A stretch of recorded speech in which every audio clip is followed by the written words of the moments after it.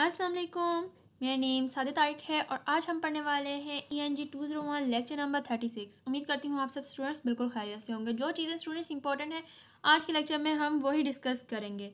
तो आज का लेक्चर मोस्ट इंपॉर्टेंट है क्योंकि यहाँ से बहुत ज़्यादा MCQs बनकर आते हैं आप लोग के और शॉर्ट क्वेश्चंस भी बनकर आते हैं। तो आज का लेक्चर आपने बिल्कुल भी स्किप नहीं करना है। आप लोगों ने आज का लेक्चर बिल्कुल तैयार करना है और एंड तक वीडियो को लाजमी तौर पर देखना है और उसके बाद आपने हैंड आउट को लाजमी तौर पर पढ़ना है ताकि आप लोग के कॉन्सेप्ट्स क्लियर हों, क्योंकि लाइंस की आपकी डेफिनेशंस ही होती हैं जो आप लोग के क्वेश्चंस बनकर आते हैं। चलें आए हम अपना आज का लेक्चर स्टार्ट करते हैं। तो जैसे कि यहाँ पर हमारी सबसे पहले तो हमारी डेफिनेशन आ जाती है स्टैक्ड मॉडिफायर्स एंड नाउन्स। हमारे जैसे कि लेक्चर से ही पता चल रहा है कि लैंग्वेज रिव्यू सेंटेंस है कि हमने अगर लैंग्वेज रिव्यू करना है, लैंग्वेज को अच्छा करना है, रिव्यू कर रहे हैं हम सेंटेंसेस को, तो सेंटेंसेस को हम किस तरह से अच्छा कर सकते हैं अपने लैंग्वेज में। तो सबसे पहले तो हमारे आ जाता है स्टैक्ड मॉडिफायर्स एंड नाउन्स कि स्टैक्ड मॉडिफायर्स एंड नाउन्स क्या चीज़ है और किस तरह से यहाँ पर यूज़ की जा रही है। तो इसको हम साथ में हाईलाइट भी कर लेते हैं। देखिए सबसे पहले तो हमें क्या करना है कि अवॉइड करना है avoid using long strings of modifiers of nouns कि हमें अवॉइड सबसे पहले करना है। अगर हमने अपनी लैंग्वेज अच्छी करनी है तो सबसे पहले अवॉइड करना है कि लॉन्ग स्ट्रिंग्स हम मॉडिफायर्स जो नाउन्स के होते हैं उनको लंबी जो तार होती है ठीक है उसको इस्तेमाल करने से, उसको यूज़ करने से हम गुरेज करें। ये सजा दिए हुए जैसे तरमीम होती है ठीक है, can be hard to read ठीक है, कोई चीज़ आपके लिए मुश्किल हो रही है पढ़ने के लिए। समटाइम्स क्रिएट एम्बिग्यूटी के आपकी जो आप कोई चीज़ पढ़ रहे हैं ठीक है, बाज़ुकात इबहम पैदा कर सकते हैं ठीक है ना। तो इस तरह से आपने नहीं करना है कि आपने अवॉइड रखना है इस चीज़ के नाउन्स बहुत ज़्यादा लंबे ना हो ठीक है, सेंटेंस लंबे ना हो। तो मॉडिफायर्स एंड नाउन्स को आपने लंबा नहीं करना है।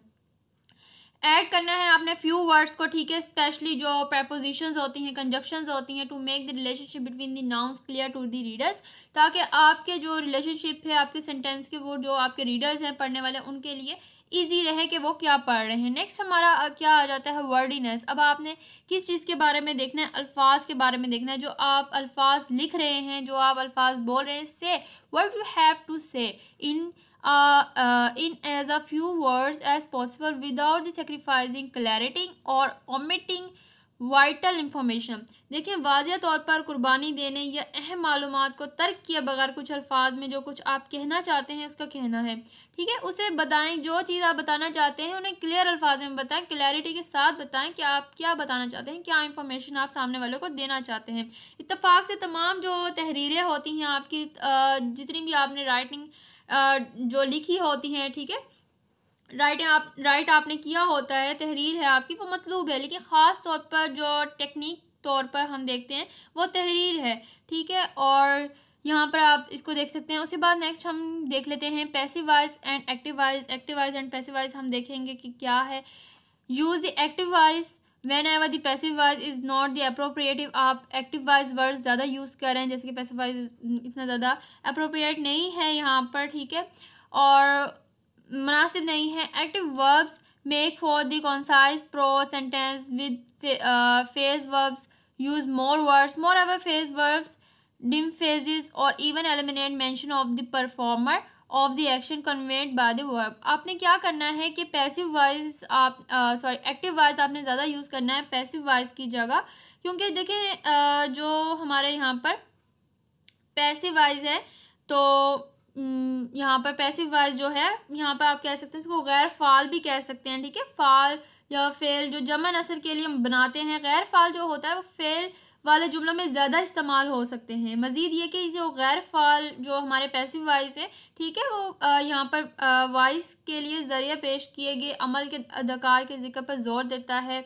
या इसे ख़त्म कर देता है। तो हमने क्या करना है, हमने पैसिव वॉइस से थोड़ा सा दूर रहना है और एक्टिव वॉइस के वर्ड्स यूज़ करने हैं। उसके बाद आ जाता है नॉमिनलाइजेशन कि नॉमिनलाइजेशन क्या है। नामज़दगियाँ जो होती हैं जैसे कि where possible use verbs from instant of noun verbs.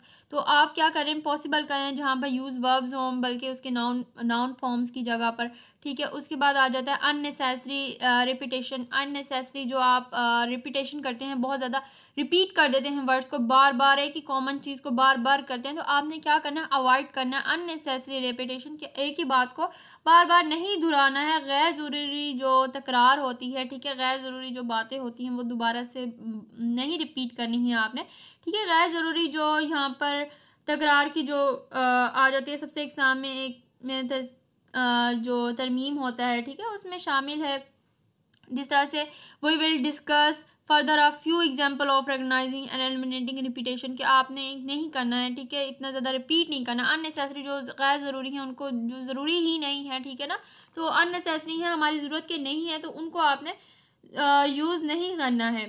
उसके बाद हम नेक्स्ट की तरफ आ जाते हैं, अननेसेसरी वर्ड्स एंड फ्रेज की तरफ आ जाते हैं हम, कि अननेसेसरी फ्रेज और वर्ड्स क्या हैं जो हमारे यहाँ पर गैर ज़रूरी अल्फाज कह लें, जुमले कह लें, तो क्या होंगे, तो आपने क्या करना है, उनको यूज़ नहीं करना है। Make sure that each word and phrase in your sentence contributes to meaning and clarity. देखिए, आपने लाजमी तौर पर अपने वर्ड्स में, फ्रेज में क्या करना है, जो सेंटेंस है आप कंट्रीब्यूट्स कर रहे हैं उनमें जो कारकर्दगी कर रहे हैं, तो आपने किस चीज़ का ध्यान रखना है कि आपका जो मीनिंग है आपके सेंटेंस का वो क्लियर हो, ठीक है।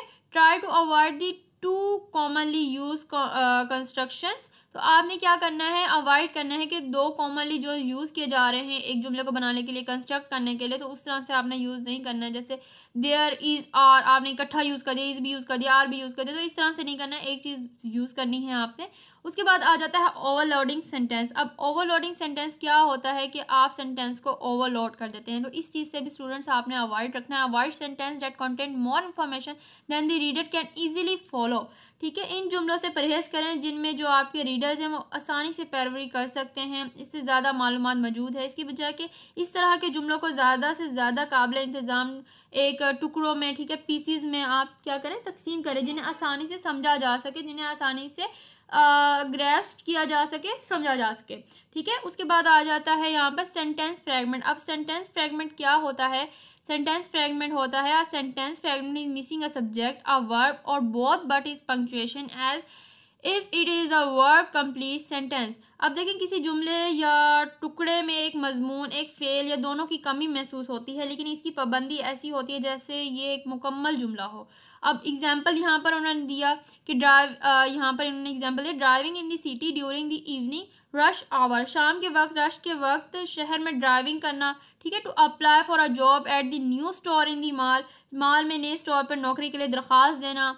उसके बाद हम नेक्स्ट की तरफ आ जाते हैं, कॉमा सप्लाइज। अब कॉमा सप्लाइज क्या है, never link two independent clauses with just a comma, this is known as a comma splice error. अब ये क्या होता है कि कॉमा सप्लाइज एरर आ जाता है, जैसे कि कभी भी दो जो क्लॉज हैं, ठीक है, कॉमाज हैं, उसको एक साथ ना जोड़ें। ये कॉमा सप्लाइज गलती की तौर पर किया जाना चाहता है, ठीक है, ये इसको कॉमा सप्लाइज की गलती में आ जाता है। Level link two independent clause, के दो इंडिपेंडेंट क्लॉज हैं, दो जुमले हैं, तो उनको एक साथ ना जोड़ें कॉमा सप्लाइज में, तो यहाँ पर कॉमा सप्लाइज का एरर आ जाता है। तो उसके बाद हम आ जाते हैं नेक्स्ट की तरफ। ये इन्होंने एग्जाम्पल्स दी हुई हैं, यहाँ पर फर्दर रीड कर लीजिएगा। Few sentence. अब फ्यू सेंटेंस क्या होता है, कॉमा सप्लाइज के बाद फ्यू सेंटेंस की तरफ हम आ जाते हैं। तो फ्यू sentence do not allow two independent clause to run together without a conjunction और पंक्चुएशन बिटवीन दैम। देखें, दो इंडिपेंडेंट क्लॉज हैं, दो मुकम्मल सेंटेंस हैं, उनको आप इकट्ठा कर रहे हैं विदाउट कंजक्शन पंक्चुएशन के, तो ऐसा नहीं करना है आपने। कंजक्शन और पंक्चुएशन का आपने यूज़ करना है, तो वो फ्यूज सेंटेंस कहलाएगा। This error produce a fused sentence to join two main clauses follow the options listed under the comma splice. देखें, जो दो आज़ाद यहाँ पर कह सकते हैं इंडिपेंडेंट क्लॉज हैं, ठीक है, उसको एक साथ चलने की इजाज़त ना दें। इनके माबिन किसी भी किस्म की इम्तिजाज या खौफ के बगैर ये गलती एक ये फ्यूज सेंटेंस पैदा करती है। जो दो अहम, ठीक है, जो इंडिपेंडेंट क्लॉज हैं, ठीक है, मेन क्लॉज हैं टू, तो उसको कॉमा सप्लाइज के तहत दर्ज, जो इन्होंने यहाँ पर कॉमा सप्लाइज में टू एग्जांपल यहाँ पर दी गई हैं। उसके बाद नेक्स्ट आ जाते हैं हम स्ट्रिंगी सेंटेंस, तो स्ट्रिंगी सेंटेंस क्या होते हैं, ज़बरदस्त जुमले जो होते हैं हमारे, तो वो avoid stringing several clauses that would be easier to read and understand if they were broken up into the separate clauses. देखें अब ऐसे जुमले हैं, आपने इस चीज़ से भी अवॉइड रखना कि वो पढ़ने के लिए ईजी हैं, आसान है जुमले, लेकिन आपने उनको अलग अलग सेपरेट कर दिया क्लॉज में, तो इस चीज़ से भी आप लोगों ने अवॉइड रखना है। उसके बाद नेक्स्ट में आ जाता है एग्रीमेंट। अब एग्रीमेंट क्या है, मुआहिदा, agreement between subject and verb between a pronoun and its antecedent is important for the paragraph coherence as well as for style and grammar। देखें जो मजमून है और फ़ेल के दरमियान की ज़मीर के इसके साबिक़ा माबीन मुआहिदा जो पैराग्राफ के मरबूत होते हैं, उसके साथ साथ स्टाइल ग्रामर की भी ज़रूरी है। जैसे कि जब आपके जो डॉक्यूमेंट्स होते हैं उसको आप ठीक है अरेंजमेंट करते हैं अपने डॉक्यूमेंट्स की, तो जो आपकी डॉक्यूमेंट्स की जांच पड़ताल करेंगे, ठीक है, मज़ामीन हो गए, फ़ेल हो गए, ज़मीरों हो गए, ठीक है, गहरी तवज्जो दें, यकीनी बनाएं कि आपका जो मजमून है, आपका जो सब्जेक्ट है, ठीक है, वो फ़ेल या मौजू के बारे में ही है, ठीक है, उसको आप पूरा लिख रहे हैं, तो सारा कुछ आप इस चीज़ को देख रहे हैं। तो उसके बाद हम नेक्स्ट हमारा यहीं पर, हाँ, हमारा आज का लेक्चर कंप्लीट होता है। तो स्टूडेंट्स आज के लेक्चर में जो मोस्ट इंपॉर्टेंट है ये इनकी डेफिनेशन है, स्ट्रिंगी sentence, fuse sentence, comma supplies, इनको आपने बिल्कुल भी स्किप नहीं करना है। सेंटेंस फ्रेगमेंट आपको इनके और ओवरलोडिंग सेंटेंस क्या है, किस तरह से आप अवॉइड कर सकते हैं, तो इनकी डेफिनेशन आपने अच्छे से याद कर लेनी है, क्योंकि ये मोस्ट इंपॉर्टेंट है हमारे आज के लेक्चर के लिए, और ये बार बार रिपीट होकर आते हैं, ठीक है, शॉर्ट सेंटेंस बनकर आते हैं, फिर इनकी ब्लैंक्स बनकर आती हैं। इसको आपने हैंड आउट को लाजमी तौर पर आज के लेक्चर को रीड करना है, एक एक लाइन को पढ़ना है, क्योंकि एमसीक्यूज कहीं से भी बनकर आता है, तो आपने बिल्कुल भी स्किप नहीं करना है। आज का लेक्चर मोस्ट इंपॉर्टेंट, और फ्रेंड्स के साथ लाजमी शेयर करें और उनको भी यहाँ पर बताएं कि ये लेक्चर बहुत ज़्यादा इंपॉर्टेंट है और आपके एमसीक्यूज काफ़ी सारे यहाँ से बनकर आते हैं। उम्मीद करती हूँ आपको लेक्चर अच्छा लगा होगा। तो चैनल पर अगर आप न्यू है तो चैनल को सब्सक्राइब जरूर कीजिएगा, क्योंकि आपके एक सब्सक्राइब से मुझे ये यकीन हो जाता है कि मैंने अगर जो एफर्ट की है, जो कोशिश की है, तो आप लोग के लिए वाकई हेल्पफुल रही है, आप लोग को इससे कोई फ़ायदा ही हुआ है मेरे लेक्चर से। तो कमेंट्स में ज़रूर बताइएगा। अपना बहुत ज़्यादा सारा ख्याल रखिएगा। हम मिलेंगे नेक्स्ट लेक्चर में। वालेकुम अस्सलाम, अल्लाह हाफिज़।